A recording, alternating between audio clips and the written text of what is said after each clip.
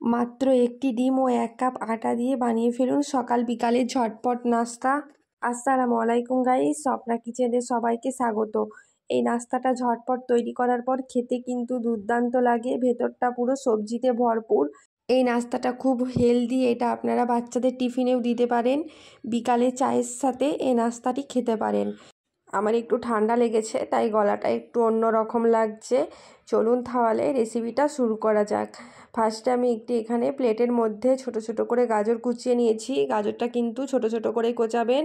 কাঁচা লঙ্কা কোচানো, ধনেপাতা কুচানো আর ক্যাপসিকাম কুচিয়ে নিয়েছি। এরপর দেখুন একটি বয়েলের মধ্যে একটা ডিম ফাটিয়ে নিলাম। ডিম আমি এখানে একটা নিয়েছি, আপনারা চাইলে দুটো নিতে পারেন। আপনারা যদি বেশি করতে চান তো দুটো ডিম নিতে পারেন। ডিমের মধ্যে গাজর কোচানো দিয়ে দিলাম, ক্যাপসিকাম কোচানো, ধনিয়া পাতা কোচানো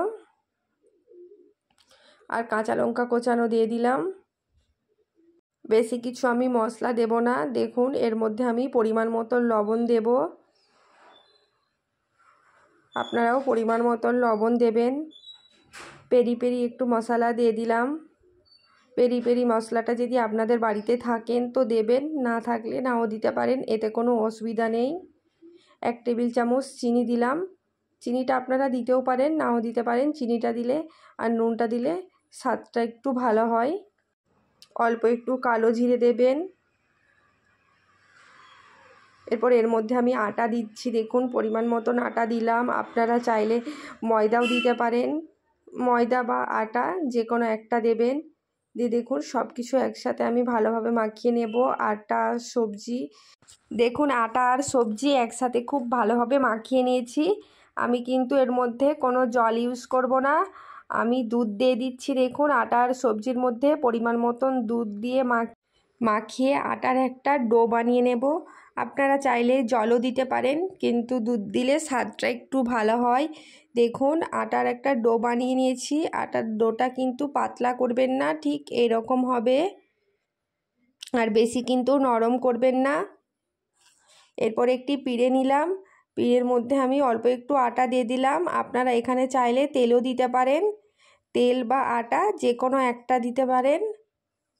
এরপর আমি আটার ডোটা নিলাম। আটা সবজির ডোটা নিয়ে হাতে করে দেখুন ঠিক এরকমভাবে প্রেস করে নিচ্ছি। আপনারা বেলনি দিয়েও বেলতে পারেন, কিন্তু বেলনি দিয়ে বেলার কোনো প্রয়োজনই হবে না। দেখুন হাতে করেই প্রেস করে নিচ্ছি। এটা খুব সহজভাবে হাতে করেই প্রেস করে নেওয়া যাবে। হাতে করে প্রেস করে করে দেখুন আটার ডোটাকে আমি ঠিক এরকমভাবে বাড়িয়ে নিয়েছি।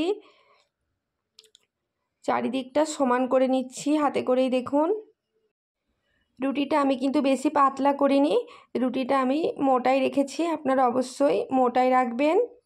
এরপর একটি চাকু দিয়ে আমি ত্রিভুজ আকৃতির করে এটা কেটে নিচ্ছি। দেখুন আপনারা যে কোনো আকৃতির শেপে কাটতে পারেন, আমি ত্রিভুজ আকৃতির শেপে কেটে নিচ্ছি। দেখুন চাকু দিয়ে আমি কেটে নিলাম। এরপর একটি প্লেটেতে তুলে নেব, না হলে একসাথে জড়িয়ে যেতে পারে। আপনারাও কাটার পর কিন্তু তুলে নেবেন, না হলে একসাথে সবগুলো জড়িয়ে যাবে। দেখুন আমি একটি তুলে দেখালাম, একটি নাস্তা তুলে দেখালাম। দেখুন ঠিক এরকম মোটা হবে নাস্তাটি, বেশি কিন্তু পাতলা করতে যাবেন না। রুটিটা ঠিক এরকম মোটা রাখবেন। এরপর কড়াইয়ে আগে থেকে তেল গরম করতে দিয়েছিলাম। গরম তেলের মধ্যে আমি নাস্তাগুলো এক এক করে ভেজে নেব।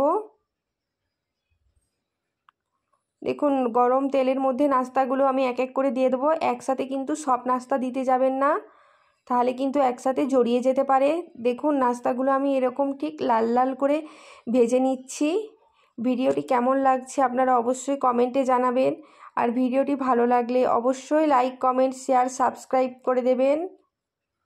দেখুন নাস্তাগুলো আমার ভাজা হয়ে গেছে। তেল ঝরিয়ে আমি নাস্তাগুলো একটি প্লেটের মধ্যে তুলে নিচ্ছি।